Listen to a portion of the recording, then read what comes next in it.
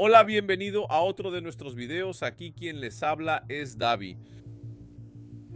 El dicho dice lo siguiente, mis hermanos: vive como si no hubiera un mañana, pero algunos tipos entendieron: roba como si no hubiera un mañana. Estas personas se olvidan, mis hermanos, que esta vida es pasajera y pasa muy rápido. Un ejemplo de eso es nuestro expresidente de la República, uno de los grandes responsables por la quiebra de nuestro país.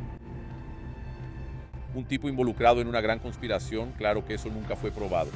Pero una gran conspiración contra la nación entregó muchas riquezas a los intereses extranjeros y hoy el pueblo extraña ese patrimonio, un patrimonio creado por Dios y que es de una sola cosecha.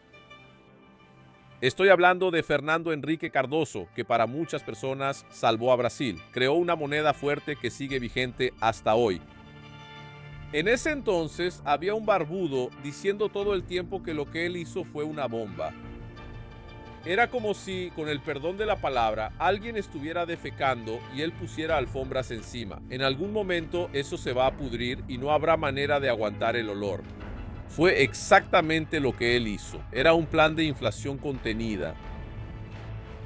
Lo que vamos a hacer es porque el instituto desistió, confiados en que sucederá para ellos. No cambia, el cohete está en lo que están haciendo. Él es ahora mi hermano. Está muy cerca de conocer al Creador. Obvio que él no va a ir, como ya sabemos, ¿verdad? Toda su historia y lo que hizo demuestra que no. Las noticias que se están publicando en este momento dicen lo siguiente: FHC ya no recuerda que fue presidente de Brasil después del avance del Alzheimer. Y no nos estamos alegrando porque eso le puede pasar a cualquiera. Pero cuando vemos qué les pasa a esas figuras que se sentían por encima de la ley, ese tipo fue denunciado en la Lava Jato. Pero como sabemos, ¿no? Fue una justicia que era necesaria, pero estaba eligiendo a sus objetivos. A este sí, a este no. Y en medio de todo eso se mencionó el nombre de ese tipo, así como se mencionó a Michel Temer. Y ahí están creyendo que son intocables. Y puede que lo sean de hecho. Si lo ves, ese tipo tiene 95 años de edad. Tuvo una vida de mucho confort, engañó a mucha gente, quebró una nación. Tranquilo. Pero lo que esa gente no entiende, hermano, y que muchos evangélicos tampoco entienden, es que sí existe el infierno. Cristo habló de él. Y cuando ves ejemplos como el de FHC, entiendes por qué tiene que existir el infierno. Lo cual es muy bueno. El tipo, a sus 94 años, engañando a la gente, viviendo de lo bueno y lo mejor, y de repente se acabó todo tranquilo y no es así. Ahora es cuando empieza la verdadera vida. Eso está claro en las Escrituras. Voy a leerles aquí la noticia, después entramos en ese punto. Vamos allá. El expresidente Fernando Henrique Cardoso, conocido como FHC, de 95 años, fue declarado civilmente incapaz por la justicia de São Paulo, debido al avance del Alzheimer. Según la información divulgada, la enfermedad comprometió su memoria al punto de que ya no recuerda que ocupó la presidencia de la República. La decisión judicial atendió a una solicitud de la propia familia. Con la medida, la administración de los asuntos legales, patrimoniales y financieros de FHC pasa a ser responsabilidad de su hijo, Paulo Henrique Cardoso, nombrado como curador definitivo. La interdicción civil es un procedimiento previsto por la ley para proteger a las personas que han perdido la capacidad de administrar sus propios actos debido a enfermedades incapacitantes. Me pregunto, ¿será que es realmente así? ¿O al final de la vida le harán lo mismo que él hizo con la gente? Valdemiro, por ejemplo, ¿no? Valdemiro Santiago también probó poco, ¿no? De lo que es ser engañado. Él que engañó a tanta gente predicando doctrinas extrañas que no tienen nada que ver con el cristianismo, fue robado por su propia hija y por su yerno. Y Dios puede tardar, ¿verdad? Para nosotros los humanos, porque queremos la solución rápido, queremos ver que las cosas pasen pronto. Pero todo sucede en el tiempo de Dios, hermanos míos. Y de una forma u otra esas personas pagan. El infierno, hermano mío. Cuando ves a personas, por ejemplo, que le quitaron la vida a miles. Y algunos hacen eso de forma directa, ¿no? De forma violenta, con armas, con cuchillos, con bombas. Y otros lo hacen desviando fondos, que es el caso de nuestros políticos. Como son métodos, digamos, que no se perciben, no son tan directos, son más discretos, la gente no entiende. Pero si vas a un hospital, ves cuánta gente está falleciendo. Muchas veces por una cirugía sencilla, que podría hacerse en 20 minutos, y no hay recursos para eso. Y no hay recursos porque tipos como él desviaron fondos y hundieron a la nación. Y peor, atacaron y ridiculizaron con la ayuda de sus amiguitos del rey a personas que intentaban concientizar al pueblo sobre eso. Solo para que recordemos un poco lo que fue el plan real, aquí hay un video que es un poco largo del doctor Eneas, pero vale cada segundo. Es una verdadera reliquia para que entendamos por qué Brasil está así. ¿Por qué a este gigante que lo tiene todo le falta todo? Mira la contradicción. Aquí tenemos de todo. De minerales, lo que se te ocurra. Pero al mismo tiempo a la gente le falta de todo. Mostramos Noruega. Cada noruego que nace allá nace con una buena cantidad de dinero. Si no me equivoco, hicimos un video ahí, 2 millones, o si no lo recuerdo mal, con los que nace cada uno, ¿verdad? Ya nace bien en la vida. Aquí en Brasil ya nacemos con una deuda de 50.000 euros. Entonces ves las riquezas que tiene el país y dices, no, eso es de Brasil, minerales, petróleo. ¿Pero no va para los brasileños?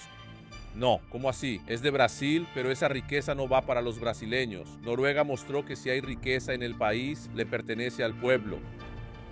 Eso de allá es administrado públicamente, pero las ganancias se pasan al pueblo. Era lo que yo decía incluso sobre las privatizaciones. Si se va a vender algo y le pertenece al pueblo, el pueblo tiene que permitirlo y el valor que se reciba tiene que ser entregado a cada brasileño. No en forma de servicio como ellos quieren, sino el dinero de verdad. Miren, yo voy a depositar en la cuenta de ustedes, es de ustedes. Pero eso no pasa. Entonces quiero que veas, hermano, incluso para desenmascarar un poco el legado de ese tipo, porque mucha gente dice, no, pero el plan real fue la solución. Y no lo fue. El plan real fue el plan para robar el patrimonio de cada ciudadano, el patrimonio individual de cada ciudadano. Mira ahí al doctor Eneas explicando por qué eso fue una trampa. Los titulares de los periódicos y noticieros de radio y televisión nos deleitan todos los días con noticias bellísimas. El real llega a la deflación este mes. La inflación debe llegar a 0. ¿Será que eso es realmente cierto? ¿Será que realmente hay estabilización? La inflación es un proceso en el que los precios van aumentando progresivamente, debido a varios factores. En Brasil, como 2/3 de la población viven en una economía de subsistencia, es completamente falsa la tesis de que la inflación brasileña es una inflación de demanda de consumo. La inflación brasileña es una inflación de costos. Como en el costo final del producto siempre están incluidos los impuestos y las tasas de interés. Es teóricamente imposible acabar con la inflación manteniendo impuestos tan elevados y tasas de interés tan gigantescas. ¿Cuál fue entonces el milagro del plan real?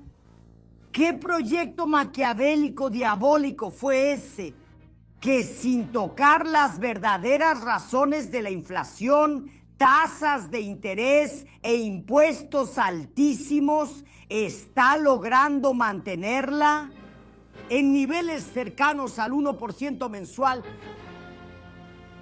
El gobierno, como por arte de magia, hizo que el real valiera más que el dólar. Disminuyó las tarifas de importación con el dólar barato y tarifas bajas. Se inundó el mercado con productos importados, con verdaderas baratijas, tinquinarías. La industria nacional se vio obligada a mantener los precios bajos para poder competir con los precios de los productos importados. Si los costos de las empresas se hubieran trasladado a los productos, perderían el mercado lleno de importados y así comenzó el proceso. El tipo de cambio empujando la inflación hacia abajo. Hubo una pérdida salarial desde el momento en que se implementó el plan, evaluada en torno a 30 en el cambio de la URB al real. No hubo aumento de salarios. Entró en escena el segundo elemento que empujó la inflación hacia abajo. Con las tasas de interés mantenidas altas, se volvió casi imposible para los agricultores el pago de los préstamos adquiridos. ¿Recuerdan la marcha a Brasilia? Pero si los agricultores trasladaran los costos a los productos agrícolas, perderían el mercado porque el gobierno también importó alimentos, bajando las tarifas al nivel de las de Argentina. Entonces entró en escena el tercer elemento, empujando la inflación hacia abajo. Los precios agrícolas bajaron, porque si no, sería imposible para los agricultores vender sus productos. El gobierno ni siquiera lo tocó en los impuestos y en el punto neurálgico. Por raíces nguyen desprevenlex. La cuestión crucial de la inflación brasileña, escondida por la prensa, que está podrida, es la alta tasa de interés con la que se pagan los títulos de la deuda inmobiliaria. Pagando intereses de 2,5, 2.5 al mes sobre 80,000 millones con M de 80,000 millones de dólares. ¡Billones de dólares! Se llega a la cifra asombrosa de 2,000 millones de dólares al mes. Son cerca de 65,000 millones de dólares por día. Son casi 3,000 millones de dólares por hora. Estos números son astronómicos. Si usted gana 300 reales al mes, mucho más que el salario mínimo, tendría que trabajar solo 833 años para ganar lo que Brasil paga en una hora de intereses. Solo intereses. Entonces viene el gobierno y dice que hay que privatizar las empresas estatales para disminuir la deuda interna. Lo que pasa es que ya se vendieron y numerosas empresas estatales, incluyendo 2 gigantes, la Compañía Siderúrgica Nacional y UCI Minas, y la deuda interna sigue creciendo. La deuda inmobiliaria era en marzo del 94 de 50,000 millones y medio de dólares. En julio del 94, 59,000 millones y medio de dólares. En julio del 95, al cumplirse un año del maquiavélico Plan Real, ya era de 82.2 mil millones de dólares. Ahora yo pregunto, ¿de qué sirvió vender las empresas estatales?